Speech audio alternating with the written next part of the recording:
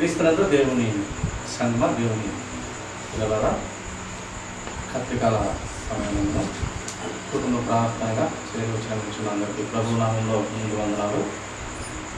గ్రంథంలో నుండి యోహాను సువార్త 3వ అధ్యాయము 20వ వచనము మరి పూర్తి తీసినట్లయితే చదవగలరు.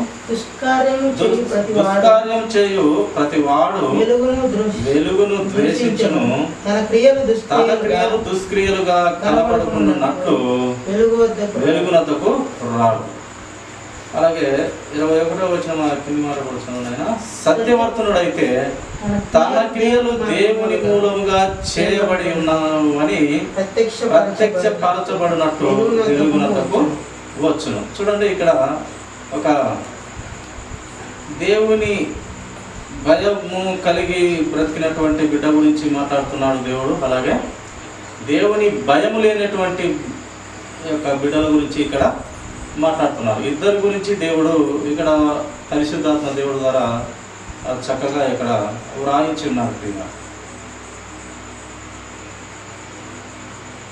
దుష్కార్యం చేయు ప్రతి వాడు అంట వెలుగును ద్వేషించును, అనగా యేసుక్రీస్తు ప్రభువారిని ద్వేషించును. ఆయన మహా వెలుగై ఉన్నటువంటి దేవుడు యేసుక్రీస్తు ప్రభువారు.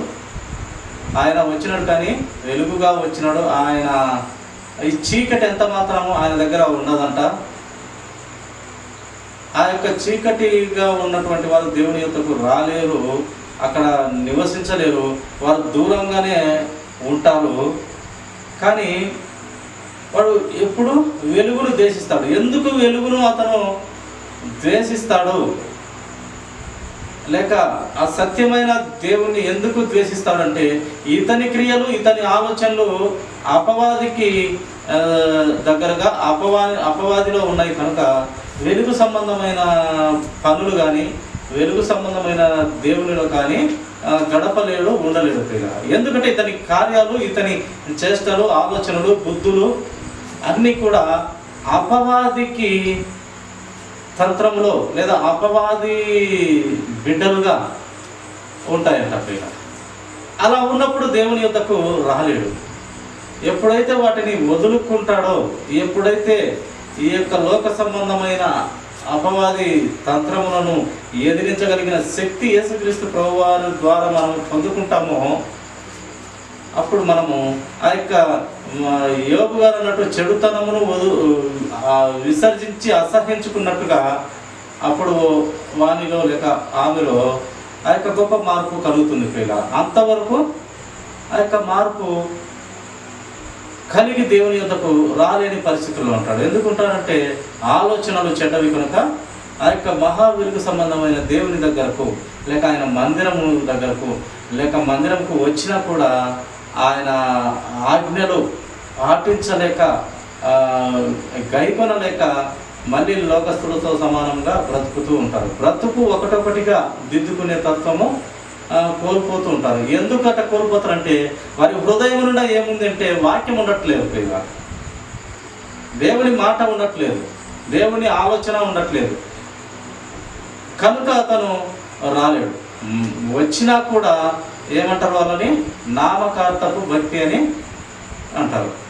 నామకార్థపు క్రైస్తవులు లేదా నామకార్థపు క్రైస్తవురాలు, క్రైస్తవుడు అని కూడా అంటారు.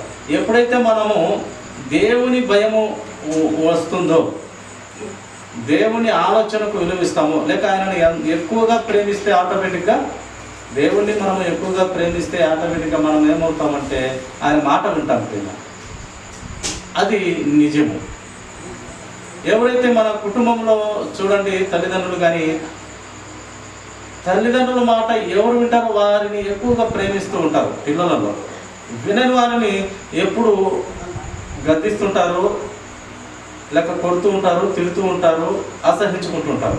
అబ్బా ఇతను పర్వాలేదు, లేదా ఈ పాప పర్వాలేదు, ఈ బాలుడు పర్వాలేదు, చెప్పిన మాట కరెక్ట్గా ఉంటుంది అన్నవారి మీద ప్రేమ కలుగుతుంది.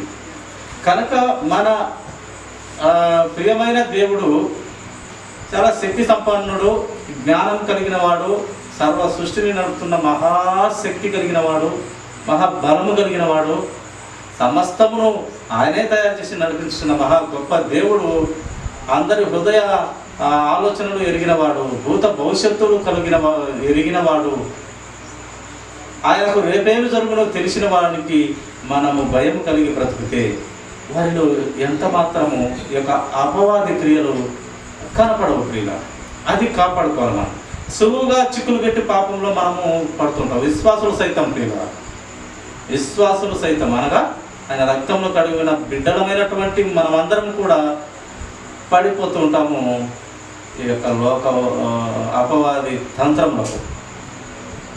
అలా పడిపోకుండా ఉండాలంటే, దేవుని కార్యం జరగాలంటే, దేవుణ్ణి ప్రేమించి ఆయన ఆజ్ఞ వినేవారిగా, ఒక్కపారి అసహించుకునే వారిగా ఉండాలి. సులువుగా చిక్కులు పెట్టి పాపాలు ఉంటాయి. సులువుగా చిన్న చిన్నయే అవి పెద్ద అయిపోతాయి. చిన్న చిన్నయే జరుగుతుంది. మనము నరులము, బలహీనము, బుద్ధిహీనము, బాల్యం నుండి మన ఆలోచనలు చెడ్డవి. ఎవరు లేడు, నీతిమంతులు లేడు, ఒక్కడు లేడు, ఎవరు లేరు అని బైబిల్ గ్రంథం సెలవిస్తాము. ఆదాము నుండి అందరము పనికి మారడమే, చెడ్డవారిని. కానీ యేసుక్రీస్తు ప్రభువారు మహా వెలుగులో నుంచి ఆయన రక్తము ద్వారా మనము కడగబడుతున్నాం కదా. ఆ రక్తంలో కడగబడిన బిడ్డలమైనటువంటి మనము ఆయన ఆలోచనలు రావాలి, ఆయన చిత్తము నెరవేర్చాలి, ఆయన కోసము బ్రతకాలి. ఎందుకంటే ఆయన అంటున్నాడు, ఒక్కసాట రెండు చోట్ల కాదు, చాలా చోట్ల వ్రాయించినాడు ఆయన, నేను పరిశుద్ధుడైన ప్రకారం మీరు పరిశుద్ధత కలిగి ఉండాలి, నా రాజ్యంలో మీరు తల వంచుకొని నిలబడకూడదు, అక్కడ మీరు నిష్కపటులుగా ఉండాలి. ఏ తప్పు మీ మీద నేరము మోపిబడినట్టు నా కళ్ళ మీద మీరు తల దించుకొని బ్రతకకూడదు, పరిశుద్ధత తల ఎత్తుకొని బ్రతికి నా పక్కలో నిలబడాలి మీరు అని దేవుని గొప్ప ప్రణాళిక, ప్రియులారా, గొప్ప ఆలోచన ఆయనది. ఆయన తలదించుకొని నా ఎదుట నిలవకూడదు మీరు పరలోక రాజ్యంలో, తల ఎత్తుకొనే బ్రతకాలి అని ఆయన ఆలోచనగా ఉన్నది. కానీ మనం అందరము కూడా ఈ చిన్న చిన్న వాటియే సులువుగా చిక్కులు పెట్టి పాపాలు ఉంటాయి. చిన్న చిన్నవి, నోటి మాట ఒక మాట పొరపాటుగా దూషించడం కానీ, తిట్టడం కానీ, లేక ఆ సమయాన్ని ఊరికే వ్యర్థంగా చేస్తూ టైంపాస్ పనులు, ముసలమ్మ ముచ్చట్లు, ఇవన్నీ కూడా ఈ లోక సంబంధమైనది. అది దేవుని సంబంధమైన కార్యాలైతే కాదంట. ప్రియ ఏబు గారి జీవితాన్ని మనము చదవాలి, ధ్యానించాలి. ఆయన చెడుతనమును విసర్జించుకున్నవాడు. నిజంగా ఆయన ఎంత గొప్ప భక్తుడు అంటే దేవునికి అంత గొప్ప భక్తుడు. అందుకే సాతాను వచ్చి ఆయన్ను, ఏబు గారిని ఎంత లోబరుచుకొని హింసించిన తట్టుకున్నటువంటి ఆ యొక్క యోగు గారు మహా గొప్ప భక్తుడు. ఎందుకు తట్టుకున్నాడు, ఎలా తట్టుకున్నాడు అంటే, ఆయనను సృష్టించిన దేవుడు లేదా ఆయనను కన్నటువంటి దేవుడు పరిశుద్ధుడు, మహాపరిశుద్ధుడు, నీతి కలిగిన వాడు, శక్తి కలిగిన వాడు అని మనస్ఫూర్తిగా నమ్మినటువంటి మహాభక్తుడు యోగు గారు. బాగా నమ్మినాడు దేవుని వాక్యం. ఆయన శక్తి తెలిసినవాడు, ఆయన మహోన్నతుడు, మహాగణుడు, పరిశుద్ధుడు, పవిత్రుడు, నిష్కల్మషుడు, పాపలు చేత ప్రత్యేకంగా ఉన్నవాడు. ఆయన మాట అంటే ఇంకా అంతేగా సత్యం. అది అన్నాడు కదా యేసుక్రీస్తు ప్రభువారు. ఏమని చెప్పినాడు? నేనే మార్గము, సత్యము, జీవము. ఇందాక పాటలు కూడా మార్గము, సత్యము, జీవము ఆయనని ఆయన చెప్తున్నాడు. ఎన్నోసార్లు రాయించుకుంటున్నాడు. జీవాహారము నేనే అంటున్నాడు. సర్వలోకము సృష్టించింది నేనే అంటున్నాడు. నేను పరిశుద్ధుని, మీరు పరిశుద్ధులు కండి, పరిశుద్ధులుగా ఉండండి. నా రక్తంతో కడగబడితే ఆ పరిశుద్ధాత్మ దేవుడు మీలో గద్దిస్తాడు.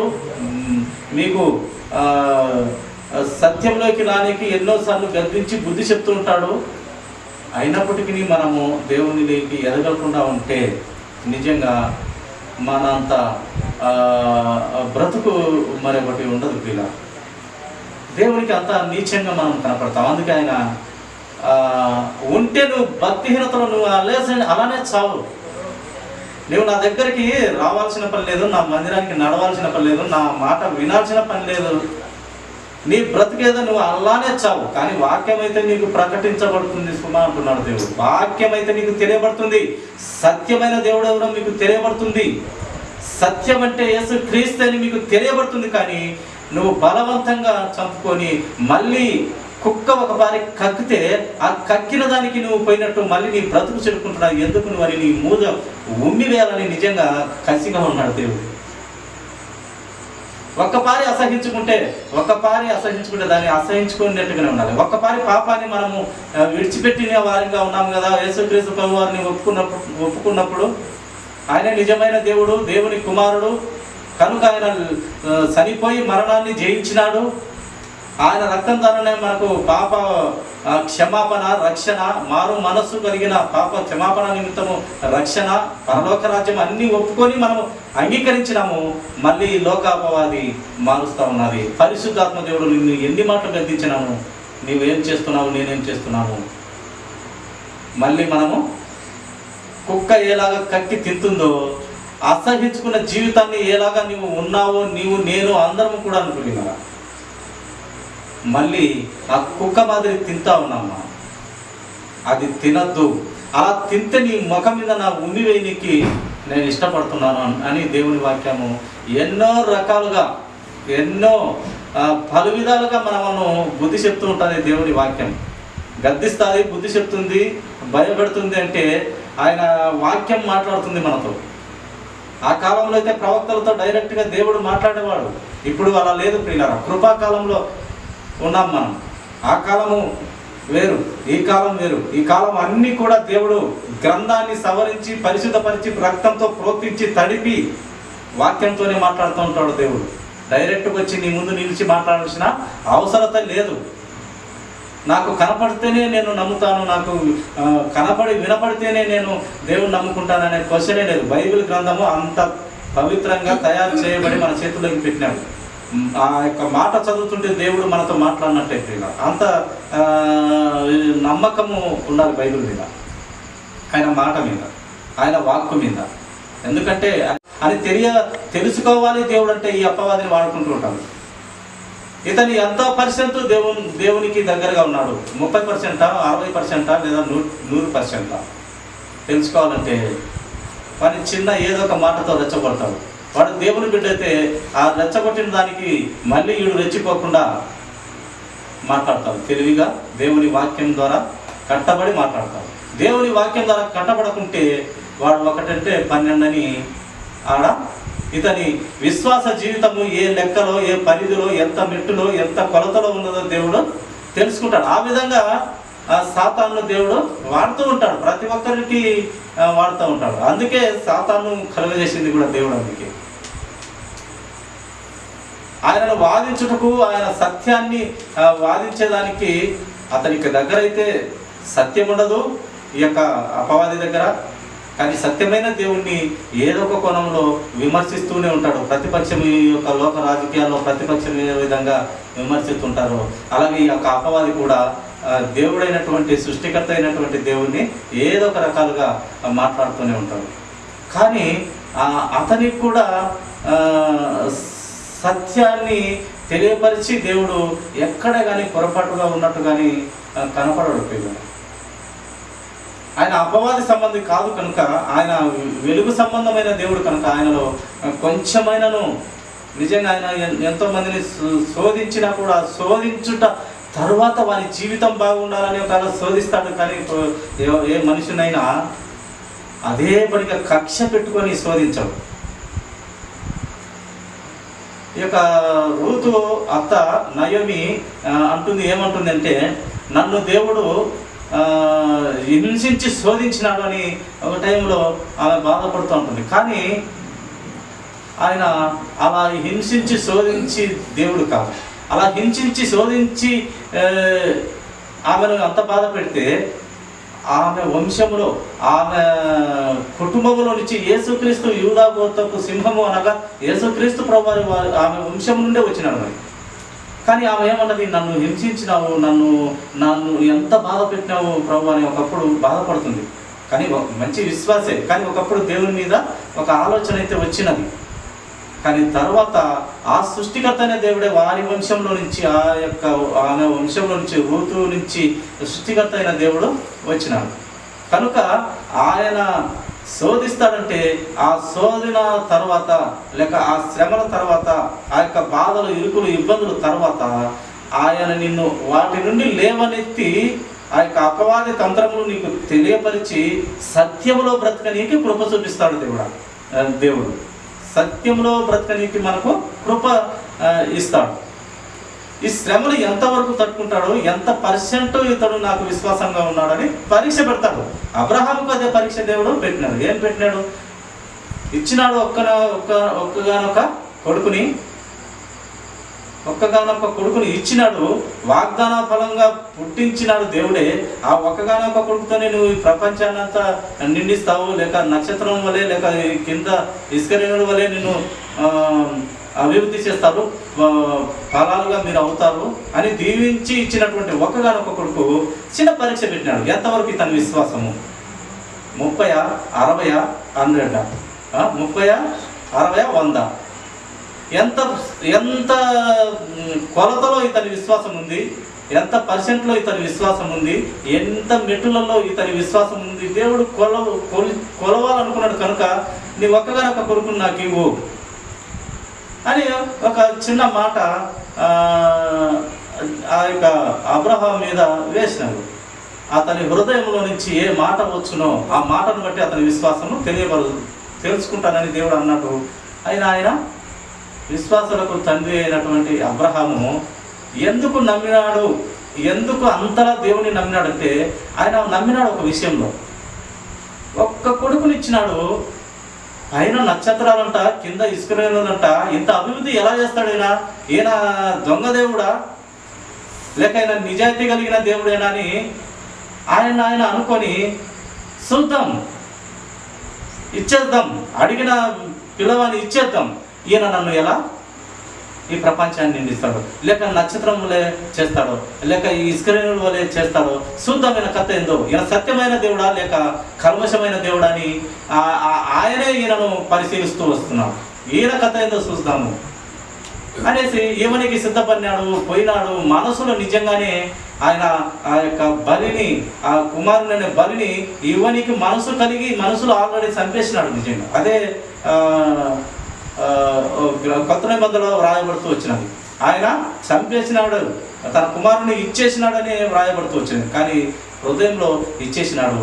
కానీ దేవుడు హృదయం కలిగిన దేవుడు కనుక ఎప్పుడైతే కత్తి పైకెత్తి అతనిని చంపనీకి లేక వధించనీకి, ప్రాణం తీయనికి కత్తి ఎత్తి ఇంకా వేయబోగా అబ్రహామా అబ్రహామా అబ్రహామా అని 2 మాటలు పిలిచి, నీవు అతని మీద చేయలేక ముసుమి, నీవు తొందరగా ఆ యొక్క పొదలో పెద్ద పొట్టేలి కొమ్ములతో తిరిగి ఉంది, దాన్ని తెచ్చి నువ్వు బలిచ్చి నీ కుమారుని పిలుచుకో, నేను పరీక్షించనీకి నేను ఈ యొక్క చిన్న పరీక్ష పెట్టాను, నీ విశ్వాసం ఎంతో కనుక్కోనికి నేను ఈ పరీక్ష పెట్టినానని దేవుడు ఆ యొక్క పరీక్షలో నెగ్గినాడు.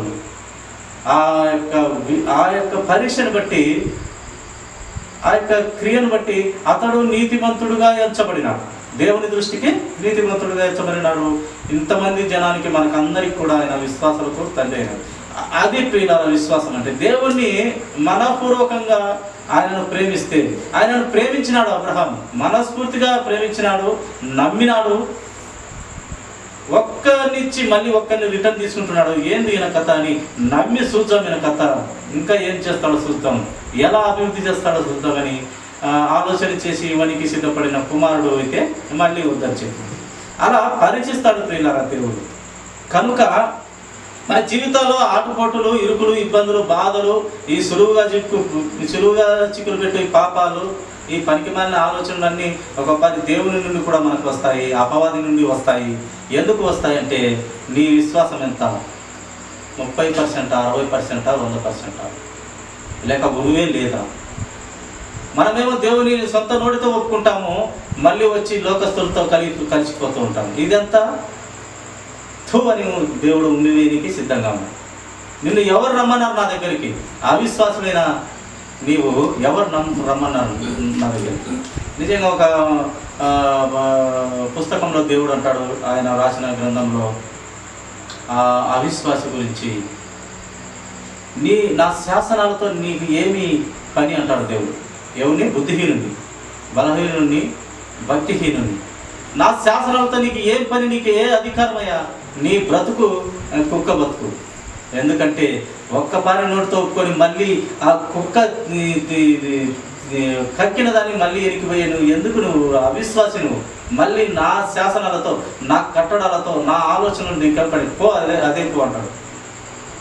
పాపంలో బతికేమని బతుకు నీ బతుకట్నే బతుకు, మార్చుకొని వచ్చి చక్కగా బ్రతుకు అంటాడే. కానీ నువ్వు మారినా అని చెప్పి మళ్ళీ ఆ కుక్క మాదిరి మనం బ్రతికితే, ఆ కక్కిన దానికి మళ్ళీ తిరిగితే ప్రయోజనం ఏమి అని దేవుని వాక్యం మనకు తెలియపరుస్తున్నది. నిజంగా అందరికీ కూడా, నాకు సైతం ప్రతి ఒక్కరూ కూడా మనము విమర్శించున్నట్లయితే నిజంగా దేవుని వాక్యం చెప్పినట్లు ఆ తీర్పు దినంలోకి మనము ఆ తీర్పు పొందకుండా ఉంటామంట. అందుకే ప్రతి విషయంలో మనం విమర్శించుకోవాలి దేవుని వాక్యం ద్వారా. ఈ వారం అంతా ప్రభువా నీకు భయం కలిగి బ్రతికినా, లేక సత్యంలోనే ఉన్నానా, లేక మనిషిని కదా, బాల్యం నుండే మా ఆలోచనలు చెడ్డవు కదా, మేము ఎంత నీతిగా బతికినా మా యొక్క ఆలోచనలు నీ దృష్టిలో మురికి గుడ్డలే కదా తండ్రి, క్షమిస్తా వస్తాడు దేవుడు. అలాగని చీటికి మాటికి ఈడ క్షమించు ఆడ తప్పు, ఈడ క్షమించు ఆడ తప్పు అంటే అది కుదరదు ప్రియ. అవ్వా బువ్వా కావాలంటే కుదరదు. పొరపాటై అనుకోకుండా పొరపాటుగా తోలిన మాటను క్షమిస్తాడు, కానీ హృదయపూర్వకంగా మనసులో నుంచి వచ్చిన మాటలను అయితే చీటికి మాటికైనా క్షమించడం ప్రియ. కనుక మన జీవితాలు చక్కదిద్దుకునే వారిగా ఉండాలి. అందుకే ఇక్కడ దేవుడు దుష్కార్యము చేయు చెడ్డ పిల్లల గురించి మాట్లాడుతున్నాడు. దేవుని భయం కలిగి ఉన్నటువంటి మంచి పిల్లల గురించి ఇక 2 వాక్యాల్లో దేవుడు మాట్లాడుతున్నాడు. వాళ్ళ ప్రియులారా చూడండి, ఒక మాట మనము మాట్లాడుకుందాము. దేవుని వాక్యము ధ్యానిస్తుంది.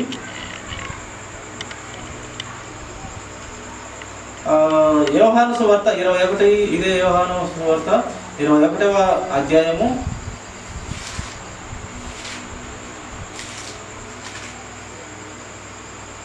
25వ వచనము చూడండి. యేసు చేసిన కార్యములు ఇంకను అనేకములు కలవు, వాటిలో ప్రతి దానిని వివరించి రాసిన ఎడల అట్లు రాయబడిన గ్రంథములకు భూలోకమైనను చాలని నాకు తోచుచున్నదని ఇక్కడ భక్తుడు రాయిస్తూ వచ్చినాడు, పరిశుద్ధాత్మ దేవుడు రాయిస్తూ వచ్చినాడు.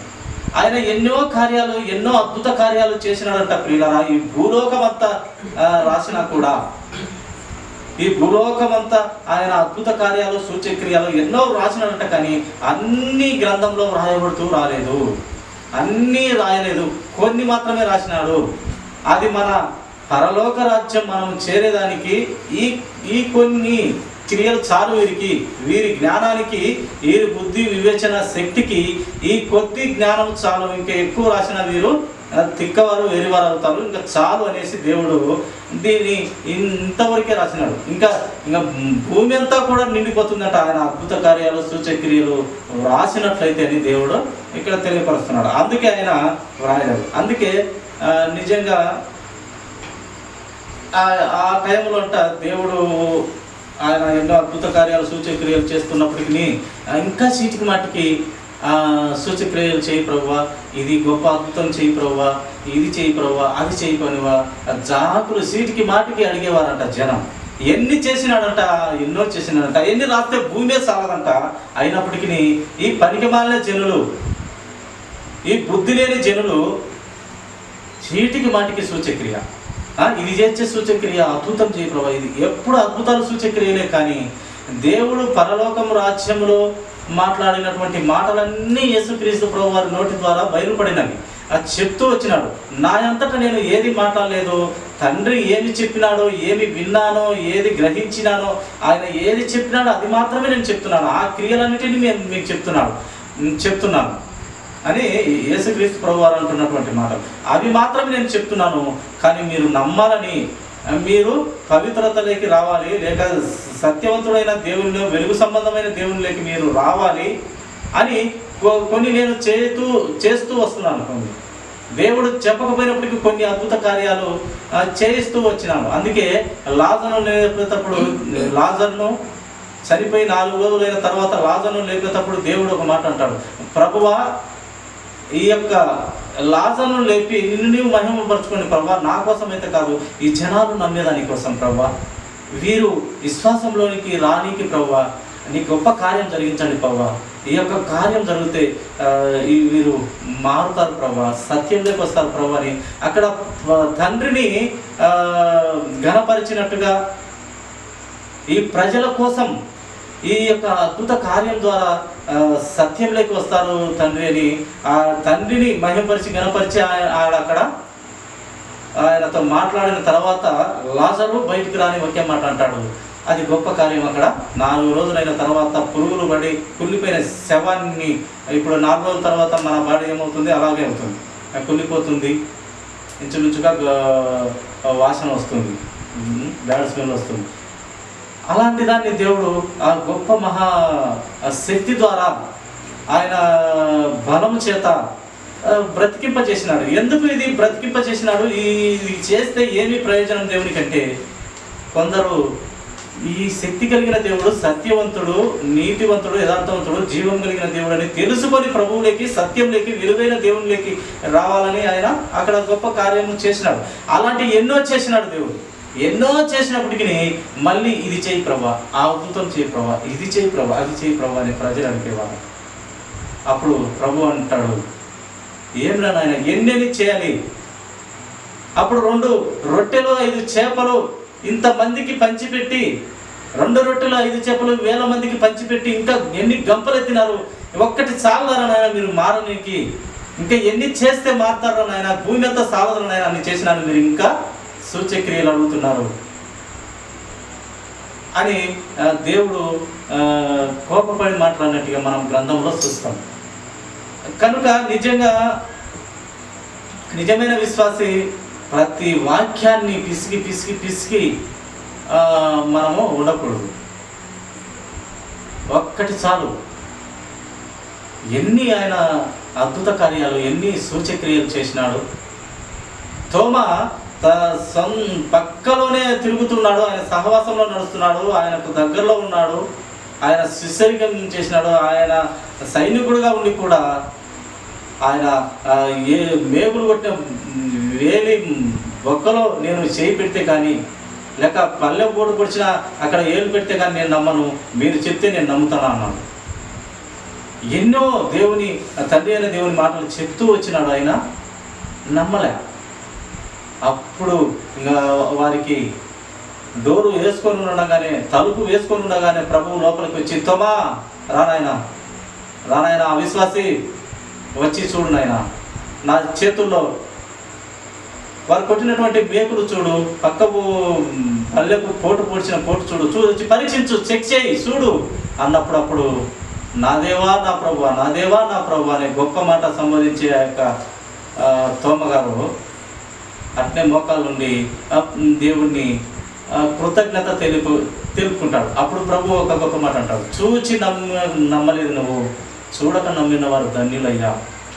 నువ్వు చూసిన 24 గంటలు నా పక్కలో ఉన్న, నా సహవాసంలో ఉన్న నువ్వు నమ్మలేదు, కానీ చూడక మీ ద్వారా వ్రాయబడిన గ్రంథాన్ని చదువుతున్న ఇప్పుడు లోకస్తులు నమ్ముతున్నారే, వారు గొప్పవారయ్యా అన్నాడు. నిజంగా దేవుడు వారు రాసిన గ్రంథాలను చదివి నమ్మి విశ్వసిస్తున్నారే, వారు నీకన్నా గొప్పవారు అని దేవుడు చెప్పినాడు.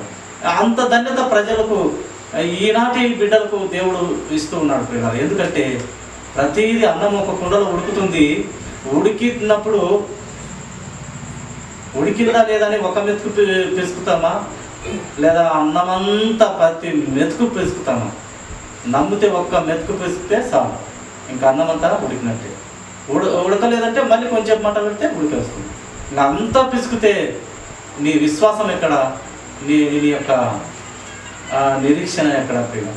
కనుక గ్రంథంలో రాసిన ప్రతి మాట కూడా మనము దేవుని తప్పు పట్టాలని ఎప్పుడు కూడా చదవకూడదు.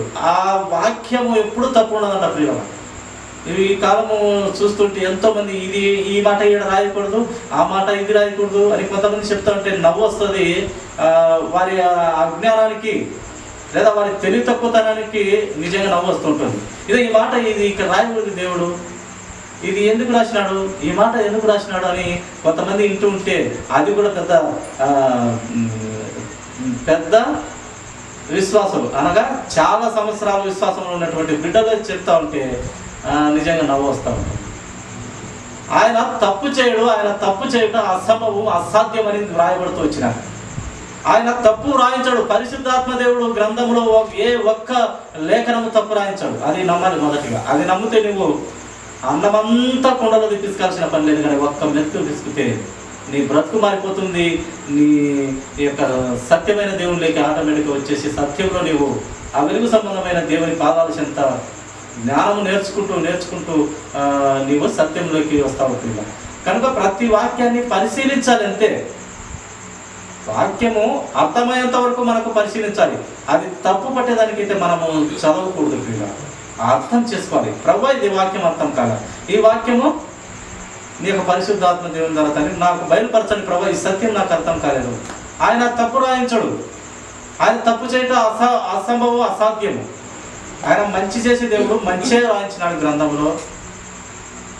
మంచి పరిశుద్ధుడైన దేవుడు, పరిశుద్ధులతో మంచి రాయించిన దేవుడు, పరిశుద్ధాత్మతో రాయించిన దేవుడు. అక్కడ నీవు తల వంచి ఉండకూడదు. ఎక్కడ? పరలోక రాజ్యంలో. నువ్వు అక్కడ తల దించుకొని ఉండకూడదు, తల ఎత్తుకొని ఉండాలంటే ఆయన ఇక్కడ తప్పు రాసి అక్కడ మనము తల ఎత్తుకునే దానికి అవుతుందా? లేదు. ఇక్కడ ఎంతో పవిత్రత కలిగి రాసిన దేవుడు అక్కడ నీవు తల ఎత్తుకొని బ్రతికే విధంగానే మన గ్రంథము, ఈ యొక్క బైబిల్ గ్రంథం మన చేతులకి ఇచ్చినాడు. దీనిని బైబిల్ గ్రంథాన్ని తప్పు పెట్టి మనము ఏ వచనాన్ని కూడా మనము పొరపాటుగా కానీ తప్పుగా కానీ మాట్లాడుకోవాలి. కాకపోతే మనకు అర్థమయ్యేదానికి దేవుడిని అడగాలి. అంటే కొంతమంది అలా ఈ మాట ఇక్కడ రాయకూడదు, ఇది ఎందుకు రాసినాడు, అది ఎందుకు రాసినాడు, ఇది ఇక్కడ ఉండకూడదే అని కొంతమంది బైబిల్ని విమర్శిస్తూ మాట్లాడుతుంటాడు. బైబిల్ని విమర్శించే జ్ఞానము, శక్తి ఈ భూమి మీద ఏ మనిషికి లేదు. అది ఆయన తప్పు రాయడని మొదటిగా మనం నమ్మాలి. ఆయన తప్పు చేయటం అసాధ్యమని ముందు నమ్మితే మనము ఆ తప్పు ఆలోచనలు రాకుండా ఉంటాయి. పరిశుద్ధాత్మ దేవుని ద్వారా వాక్యాన్ని అర్థం చేసుకుంటూ దేవుని జ్ఞానం పొందుకుంటూ సత్యాన్ని తెలుసుకుంటాం. కనుక ప్రియ సహోదరి సహోదరుడా, మనము వాక్యం చదువుతున్నప్పుడు ప్రతి వాక్యము సత్యమే. ప్రతి వాక్యము ఆయన సత్యమే. ప్రియులారా, ఆయన పరిశుద్ధతో రాసిన వాక్యం కనుక సత్యం. కనుక మనము ఈ సత్యమైన బైబిల్ని పట్టుకొని ఆ పరిశుద్ధత పవిత్రత పరిచయం మనము ఆ యొక్క బైబిల్ ప్రకారము అర్థం చేసుకుంటూ మనము ఆత్మీయతలో ముందుకు మెట్టుకు ఎదగాలని దేవుడు అటులైన జ్ఞానం, బుద్ధి, వివేచన ప్రతి ఒక్కరికి దేవుడు దయచేయను గాక. ఈ కొద్ది మాటలు దేవుడు దీవించను గాక. తలలోంచిన ప్రతి చిన్న ప్రార్థన అండి. సమయం అయిపోయినది.